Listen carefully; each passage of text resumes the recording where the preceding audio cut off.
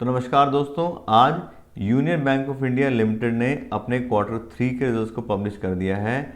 और आज की इस वीडियो में इन्हीं रिजल्ट्स को एनालाइज करेंगे कि जो बैंक है हमारा उसके कैसे रिजल्ट्स आए हैं, उसके रेवेन्यू और प्रॉफिट्स कैसे रहे हैं। उसके साथ साथ हम वीडियो के एंड में ये भी बात करेंगे कि इन रिजल्ट्स को देख करके हमें अपना इन्वेस्टमेंट डिसीजन क्या लेना चाहिए कि अगर हमने ऑलरेडी अपना पैसा इस बैंक में इन्वेस्ट किया हुआ है, शेयर्स में इन्वेस्ट किया है, तो हमें क्या करना चाहिए, और अगर हम नया पैसा अपना इस बैंक में इन्वेस्ट करना चाह रहे हैं तो हमारी क्या स्ट्रेटेजी होनी चाहिए। तो सबसे पहले हम चेक करते हैं बैंक के रिजल्ट्स को और यहाँ पे हम चेक करेंगे सबसे पहले रेवेन्यू, जिससे हमें बैंक की रेवेन्यू या सेल्स की ग्रोथ के बारे में पता लग सके।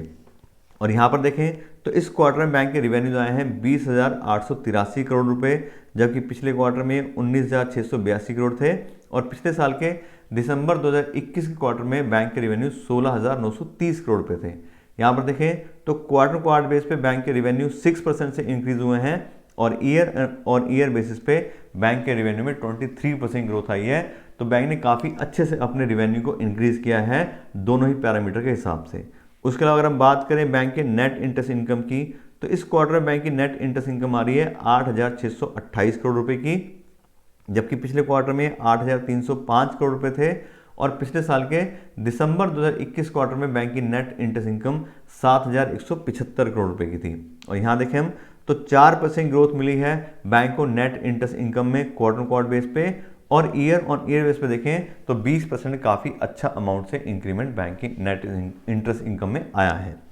उसके अलावा बात करें बैंक के नेट इंटरेस्ट मार्जिन की, तो इस क्वार्टर में बैंक का नेट इंटरेस्ट मार्जिन आया 41% का, जबकि पिछले क्वार्टर में 42% था और पिछले साल के दिसंबर 2021 क्वार्टर में बैंक का नेट इंटरेस्ट मार्जिन सेम 42% था। तो यहाँ पे देखें तो 1% की गिरावट आई है बैंक के नेट इंटरेस्ट मार्जिन के अंदर और दोनों ही पैरामीटर के हिसाब से 1% कम है। उसके अलावा अगर हम बात करें बैंक के नेट प्रॉफिट की, तो इस क्वार्टर में काफ़ी अच्छे से बल्कि बहुत ही ज़बरदस्त तरीके से बैंक का नेट जो प्रॉफिट है वो इंक्रीज़ हुआ है। इस क्वार्टर में बैंक का नेट प्रॉफिट आया 2,245 करोड़ रुपए का, जबकि पिछले क्वार्टर में 1,848 करोड़ था और पिछले साल के दिसंबर 2021 क्वार्टर में बैंक का नेट प्रॉफिट सिर्फ 1,085 करोड़ था। और यहाँ पे देखें तो क्वार्टर बेस पे बैंक का नेट जो प्रॉफिट है वो 21% से बढ़ा है और ईयर ऑन ईयर बेसिस पे तो डबल हो गया है। 107% की बहुत ही ज़बरदस्त इसमें जो है ग्रोथ बैंक को मिली है, 1,085 से सीधा 2,245। इसके अलावा अगर हम बात करें बैंक के अर्निंग पर शेयर की, तो इस क्वार्टर में बैंक की अर्निंग पर शेयर आई है 3,28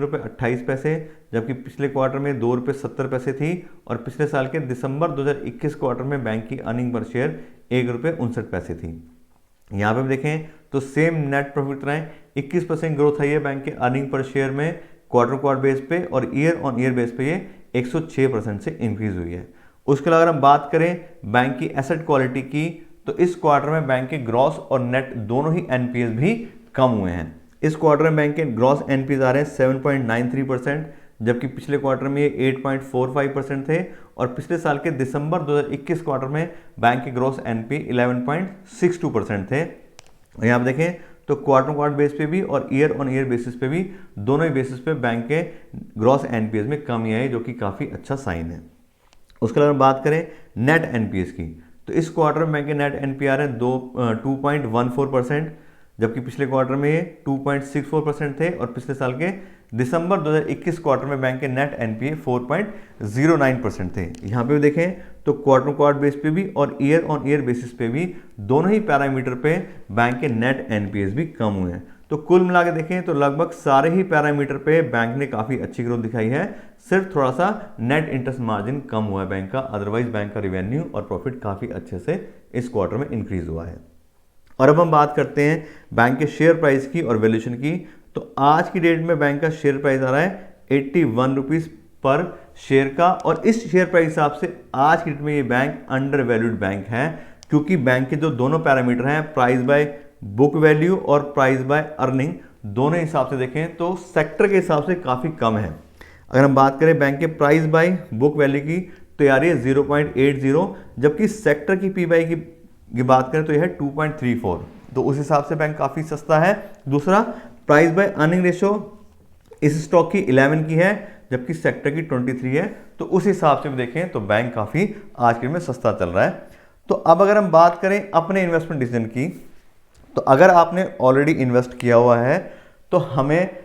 हमेशा इन्वेस्टमेंट करने के बाद में बैंक का या किसी भी कंपनी में जिसमें इन्वेस्ट किया है हमें उसका प्रॉफिट मार्जिन और बिजनेस पे ध्यान रखना चाहिए कि अगर वो अच्छा चल रहा है तो शेयर प्राइस तो ऊपर नीचे होते रहते हैं और ओवर द टाइम वो करेक्ट हो जाते हैं उस कंपनी के प्रॉफिट के हिसाब से। तो यहाँ पे देखें तो अभी हमने रिजल्ट देख लिए, अच्छे से रिजल्ट आए हैं बैंक के, कोई दिक्कत ही नहीं है, प्राइस मतलब ये रिवेन्यू भी अच्छे से इंक्रीज हुआ है और साथ साथ बैंक के जो है अपना प्रॉफिट भी इंक्रीज हुए हैं। उसके अलावा अगर हम उन लोगों के हिसाब से बात करें जो इस बैंक में अपना पैसा इन्वेस्ट करना चाह रहे हैं, जो शेयर्स इसके खरीदना चाह रहे हैं, तो उसके हिसाब से भी काफ़ी अच्छा टाइम है क्योंकि अंडर वैल्यूड है बैंक दूसरे बैंकों के मुकाबले, सेक्टर के मुकाबले। तो बाकी सारे और बहुत सारे जो पैरामीटर होते हैं चेक करके उनको फिर हम डिसाइड कर सकते हैं कि अगर हमें सब चीज़ें ठीक लग रही हैं तो इस बैंक में नया पैसा भी हम अच्छे से इन्वेस्ट कर सकते हैं। कोई दिक्कत यहाँ पे अभी दिखाई नहीं दे रही है वैल्यूएशन के हिसाब से, बाकी सारी चीज़ें हमें अभी जरूर चेक करनी पड़ेंगी। तो इस हिसाब से देखें तो बैंक के रिजल्ट्स काफ़ी अच्छे आए हैं, बाकी सारी डिटेल आपको दे दी है। आशा करते हैं आपको वीडियो अच्छी लगी होगी।